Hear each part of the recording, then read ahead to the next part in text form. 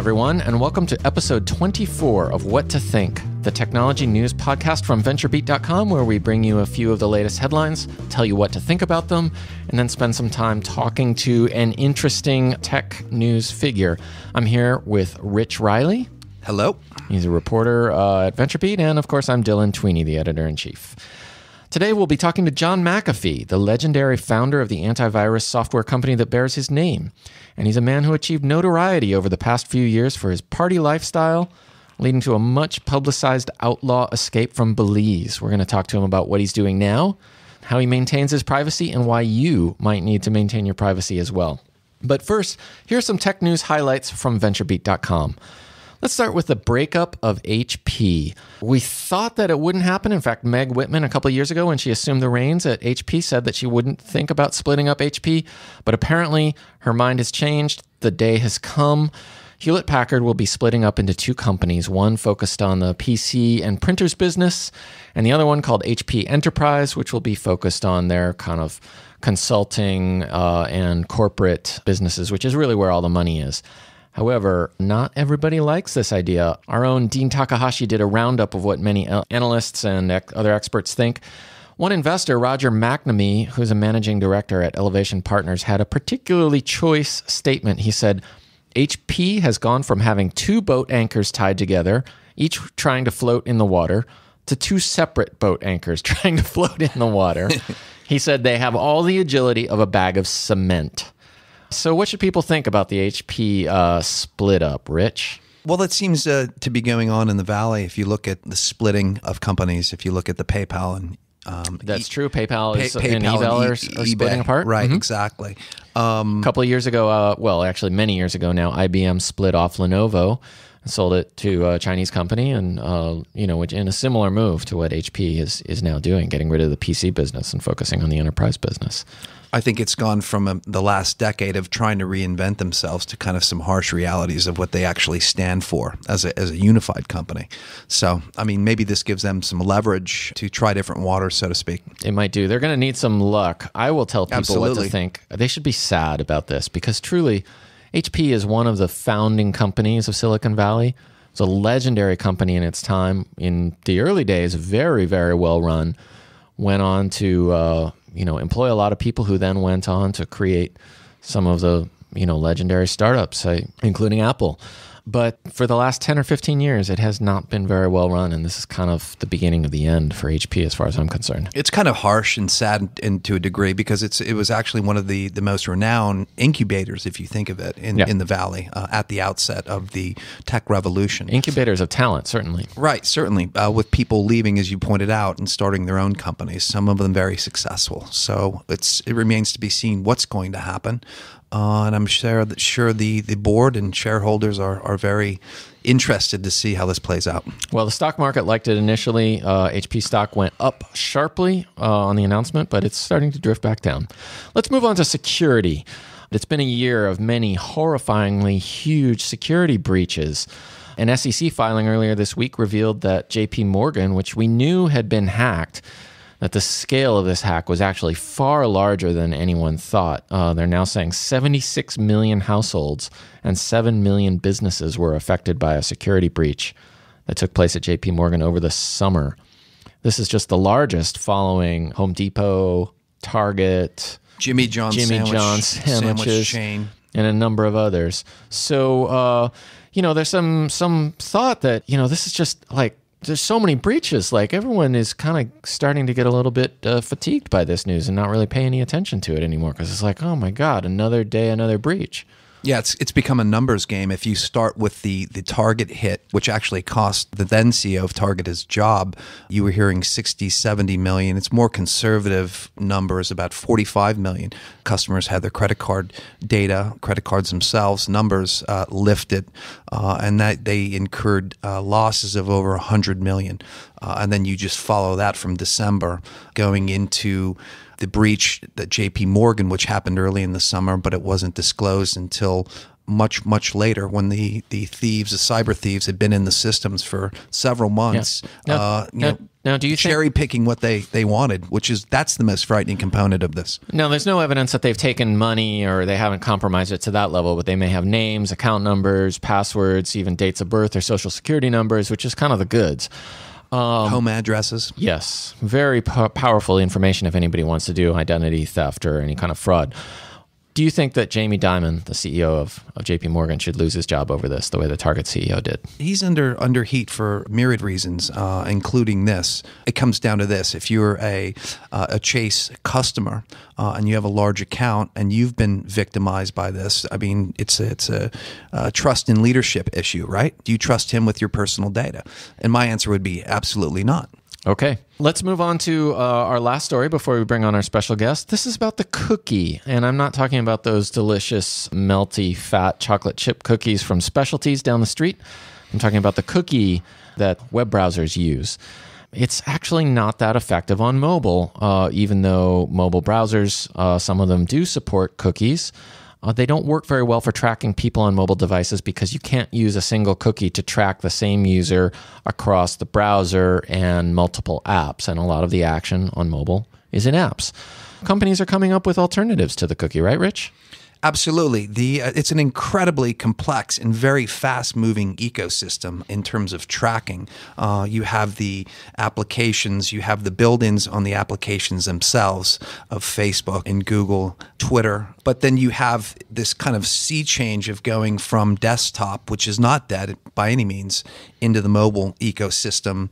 And the technologies are developing so quickly that consumers virtually have no idea of the potency of the mechanism. So every major mobile company like Google, for instance, Apple with its iOS ecosystem, and Facebook, they all have attempts to track individual users' identities across different apps, between devices and desktop, right? So they're getting better and better at following you from point A to point B to point C. Well, it's following you across multiple devices. So from your desktop to your tablet to your smartphone, irrespective of the geographical location you happen to be at the given time. The holy grail for that is being able to identify you and then follow you, track you across those three segments of devices being used. Okay, I'm going to hold off on asking you what to think about that because I know that our guest coming up, John McAfee, will have a lot to say about privacy and tracking and what you should think about that. But before we get to him, I'm going to give a quick thanks to our host and sponsor, New Relic, a software analytics company that makes sense of billions of metrics across millions of web and mobile apps. Right now, New Relic is offering listeners to VentureBeat's What to Think podcast a special discount to attend FutureStack 14, which is the company's annual technology and user conference taking place right now at the Fort Mason Center, October 8th and 9th in San Francisco. You can get a 50% discount on tickets to FutureStack. Just go to newrelic.com or futurestack.io and register using the promo code VentureBeat. Tell them we sent you. You will get 50% off beta tickets, and we hope to see you there. And now we're going to bring on our guest, John McAfee. He's a legendary person in the software business. His career actually started in the late 1960s. But while working for Lockheed in the 1980s, he started developing software to combat viruses, and that led to the founding of McAfee Associates, which went on to become quite successful, a marquee name in the antivirus sector, went public, merged with Network General to form Network Associates, and then was acquired by Intel in 2010. But McAfee has left the company he founded. He hasn't been directly involved since 1994, and he's been doing a wide variety of other projects, gaining some controversy and notoriety along the way. We're really happy to have you on the show, John. So let's just start with what you're focusing on now. What's top of mind for you?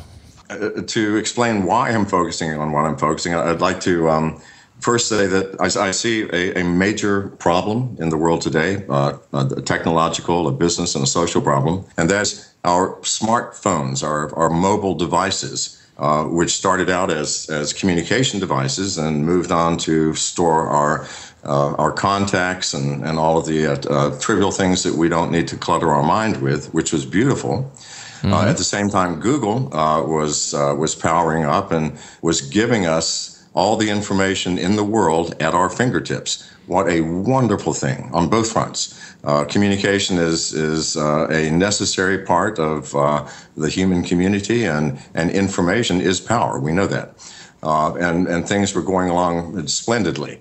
Then it became clear that to monetize most internet companies, you had to get information about all of the internet users. And then this was sold to marketers and other people for vast sums of money. Right. So this is where the tide started to turn. You know, we started out with Google providing information to us. Now we are providing information to Google. I mentioned Google because they are the powerhouse, the source, and who we all go to for information. When the tide turned, really strange things began to happen. Privacy began to erode. You can't find out everything about an internet user without invading some part of that user's privacy. It has reached the point where our mobile devices are an adjunct to our brain being controlled by other people. I mean, for example, right now, if I want to find an Indian restaurant that's close to me in a strange city, I can Google it and it pops right up. We're not far from Google monitoring, or anyone, it doesn't have to be Google, any internet company monitoring our likes and dislikes, which they're doing anyway. And at noon, noticing we hadn't eaten since breakfast, going, you know, you must be hungry. I can recommend a great Indian restaurant nearby. Right. Google now already does certain things like that. They're like, we notice you have a meeting across town. Here's approximately how long it will take to get there. And, you know, here are some things you might be interested in along the way, or here's what the weather is, right? So isn't that convenient, though? Oh, absolutely. It's terrifically convenient. And the problem with convenience is convenience comes at a major price. In order for Google to know these things about us, or for anyone to know these things about us so that it can make our life more convenient, it has to invade our life to an extremely high degree, to know where we are, what we are doing, who we are with, what our preferences are. We are not far. In a few years, I can see a world where most of our decisions are not really our decisions. Because think about it. We cannot make decisions without information.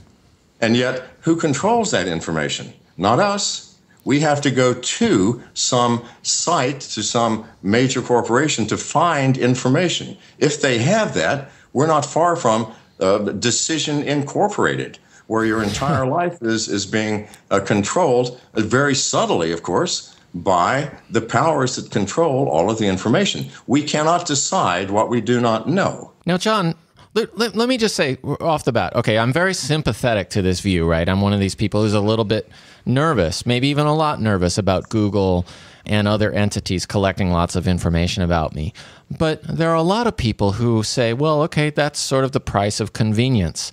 Google is free, Facebook is free, and the way that they're free is that they have this information, they sell it to advertisers, and yes, it's a lot of information, but ultimately, that information benefits me because it helps me find a better Indian restaurant, it helps recommend jeans that I might like that are cheaper, and so my life is actually enhanced, and apart from the sort of creepy factor, there's not a lot of, downside to that for most people. Well, it's because I don't think people are thinking it all the way through. I mean, for example, every major dictatorship in the history of humanity has searched for the Holy Grail. That Holy Grail is, I want to know everything about my subjects. Because if I know everything, I can control everything. Right. So the problem may not be Facebook, but some evil government entity that might come in at some point in the future and say, Facebook, you have all this tasty data. We're going to use it to control the population.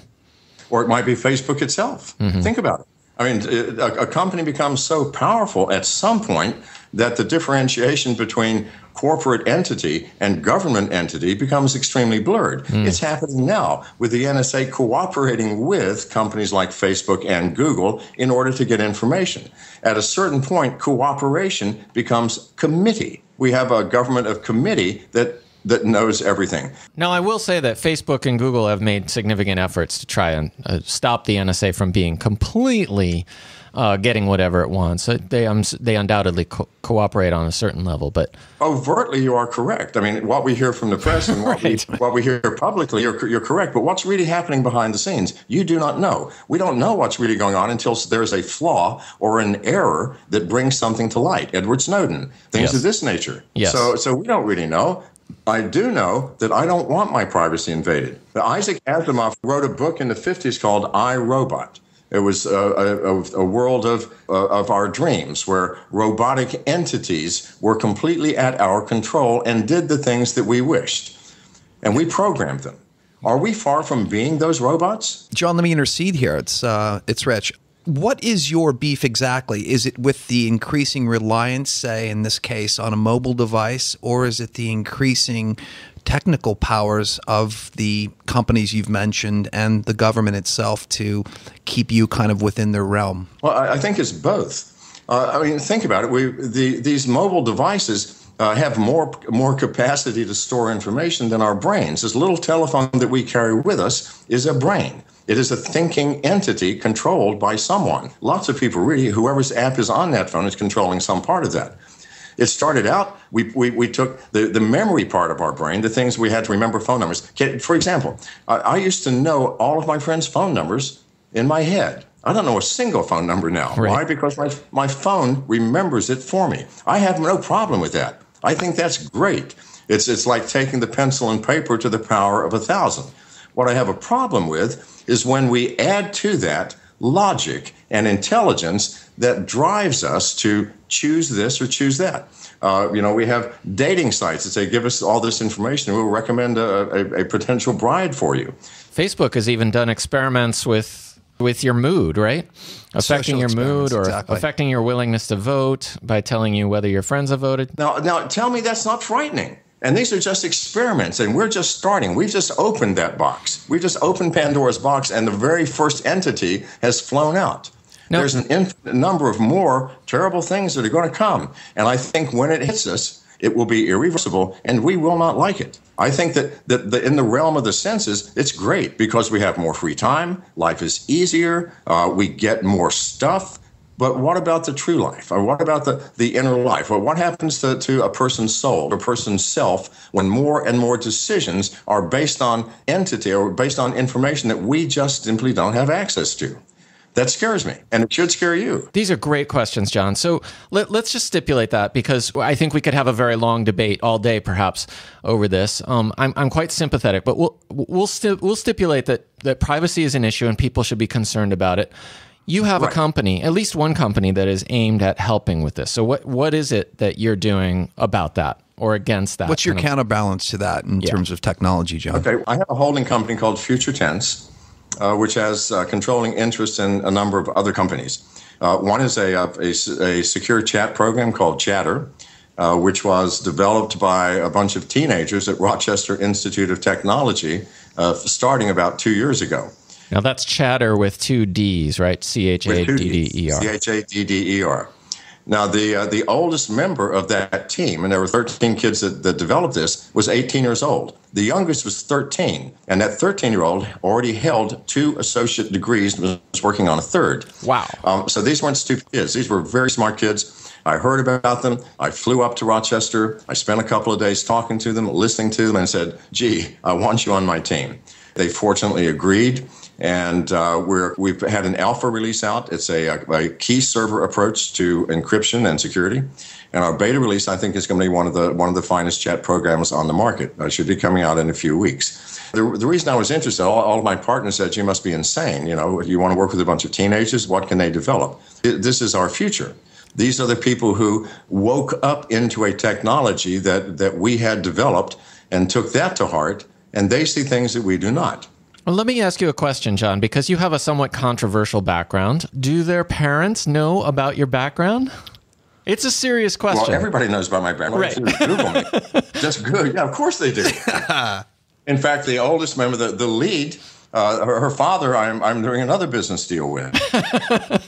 I'm not trying to hide who I am and what I may or may not have done. I've never done anything illegal unless you call parking tickets and speeding illegal. I mean, they are, in fact, misdemeanors. But no, I have nothing to hide. There's a lot of controversy. If there's a direct question, I'll answer it. But no, of course they know. So that hasn't been a problem to you doing? No, not at all. This. Okay. John, in with regards to Chatter and your holding company, are you actually bankrolling these companies out of your own pocket? How are these companies structured financially? Everything has been done out of my pocket so far. And I try to find companies that have common sense leadership. If someone comes to me and they have a business plan and half of the money is going to go for their salaries, offices, and secretaries, I shake their hands and bid them farewell. We live in an age where, get yourself an office after you get money coming in, unless you actually have to be with someone. I mean, I'm here now talking to you from some strange, some unknown part of the Southwest, and we're communicating very well. And being listened to by many people. Mm-hmm. So I look for people with a common sense approach, meaning there should not be too many outrageous expenses. Phone bills, of course, computers, software, understandable. But if you can't feed yourself while you're starting a company, then I doubt your ability to survive in a competitive world. I started McAfee on my own money and fed myself quite well until money started coming in. Yes, sir. Yes, that's right. That's right. I was going to say, I mean, McAfee, the story goes, started out of your house in Santa Clara. Is that correct? Absolutely, and we did okay. So anyway, the people who have these grandiose plans, 9 out of 10 of those are going to fail. This is just the statistics. So really, there have not been a lot of expenses. But what expenses there have been, I have bankrolled, yes. John, with McAfee, you were kind of a one-man band that actually gained serious traction because you were hustling. You got into a van and took a road show, as it were, selling people on your antivirus software, and eventually the traction was considerable. Are you still applying that approach to what you're doing now, or do you not need money, or are you still interested in building viable tech companies? Well, I'm definitely interested in building viable tech companies, else I would not be doing this. And you cannot have a viable tech company unless it is supporting itself. So, of course, money is very important. But yes, I don't mind hitting the road and knocking on doors. I think this is the best way to do business. If you have something which is profoundly needed, profoundly useful, reasonably priced, trust me, word of mouth alone will sell 1 billion copies. So, I've always had this approach. In fact, I had McAfee. We had an income of over $30 million a year before I even thought about hiring a salesman. This is an absolute fact. Nobody had secretaries. What do you need a secretary for? Can't you call dial the phone yourself? So, I always ran an austere ship. Never spent money frivolously. And I think it paid off. McAfee sold to Intel for $7.8 billion. I mean, it's not much compared to some of the companies going today, but it's certainly, it's something. Pretty good money for the time, anyway. Certainly. Tell us about Chatter. And I'm interested because this is a secure communications, a secure messaging app, right? Yes. And there are some other secure messaging apps out there. In Boston. Wicker is another one that I've used. Nico Cell and some other folks behind that. You bet. Then there are also, Silent Circle for secure calling and things like that. The downside with a lot of these, and I think the reason that they haven't caught on quicker, is that there's a price you have to pay in convenience to have a secure chat, right? You have to be willing to kind of sign on or deal with funny login things. Maybe it slows you down. Maybe it takes a while to decrypt a message. So, how do you get people interested in security and get them to kind of be willing to pay that price and convenience? Well, there's another reason that I chose a bunch of teenagers working at a university or at a university, and that is the university community, the college community is a very open sort of community. They travel to South Padre Island together every Easter and get crazy. They talk to each other. Things travel fast in that community, and things that take off in that community tend to stick. Because these kids go off and they get work and they raise families and they remember and stick with the things that they love and like. Mm-hmm. And in terms of the difficulty of signing on, that's a one-time affair. I mean, if you're willing to spend 5 minutes to log on to a program and to secure yourself, that's all it takes. There's no difference in speed. There's no difference in ease of use. So yes, there's a one-time affair that you have to go through. But I think people will be willing to do that if they understand why privacy is necessary. But here's the problem. The average Android phone that you buy it comes with 50 to 100 pre-installed apps, most of which you cannot even remove. Mm-hmm. The reason you can't remove them is if you did remove them, the companies that sold the phones would not get the income that they need from selling the information that they get from these apps. The Update app, for example, which runs constantly in the background on all of these phones, cannot be disabled. Mm-hmm. And that app has permission. If you look at it, the app permissions give you permission to turn on the microphone, the video, to read your contacts, everything that you do. Why does an Update app need these permissions? Well, it needs them because the people who built it have to make money somehow. And they make money by selling the information that they scrape off from you. Now, to me, this is insidious. I mean, I don't mind if the information is being used to try to sell me blue jeans. I can choose not to buy them. The problem is that these apps are co-opted by people who may not have our best interests in heart. So I take it that Chatter will not be advertising supported? No, of course not. What's the business model then? We will have a different business model. Just like McAfee was the first business model that gave away software for free and didn't sell information. We simply sold support. If you're a company and you wanted support for the viruses that you got, then you signed up for subscription. That's how we made the money. It's an insidious world where the only way that you can make money is digging deeper and deeper into the private lives of your customers. This scares me because there is no end to it. And the other thing is, if you look at the apps, I have another application that was developed directly by Future Tense called Decentral One. And if you run that app, it will tell you what permissions you have granted, willingly or unwillingly, to all the apps on your phone. I recommend strongly you download it. It's free. We're not trying to sell you anything with this. This is a public service. Download it and run it. It will frighten you. The number of apps that are watching you on your video, listening to everything that you say, reading your contacts, reading your emails, your SMS messages. This is something that has gotten out of control. Mm-hmm. Now, here's another thing. Many people have sons and daughters of teenage years with waterproof phones that I know they use in their shower. Are you comfortable knowing that on that phone there are at least 15 apps that you have given the right to turn on the camera anytime they choose? Are you comfortable with that? If you are from another universe than me. It's very interesting. So you do not use mobile phones. You use burners. I mean, you don't use smartphones, right? You use burners. You use them for 2 days and then you toss them. Is that correct? I do use smartphones. I need smartphones as much as anybody else. The first thing that I do is go through and disable those applications that I can disable. I sometimes will even root a telephone and disable even the manufacturer-supplied applications. But even then, I throw them away after a week or two because I know for a fact they could be compromised, and many times have been compromised. And John, you do that because you believe people are tracking you, people you don't want tracking you and looking for you. Is that accurate? That's very accurate. Yes, it is. And that's also very public information. And so encryption is the way to go. Mobile devices in your machine in which you're an avid user and you use Chatter, right? Right. Well, I'm not saying encryption is the only way to go, and encryption only solves a very small percentage of the problem. Here's the real problem. I don't care how much encryption you have. If you can see a photo on your phone, if you can read a message in clear English or whatever language that you use, then any app that has co-opted your operating system can mirror what you see on your screen. I don't care how encrypted your communication is, at some point it must be decrypted for you to see it. If you see it on that same device, it makes no difference how encrypted it was. They're looking at what you're looking at. See, this is what people do not understand. There are thousands of companies that sell spyware today that you can download very cheaply and sometimes free that will let you mirror the screen of anybody that you want. And they can be installed in almost any telephone. All you have to do is give them the phone number.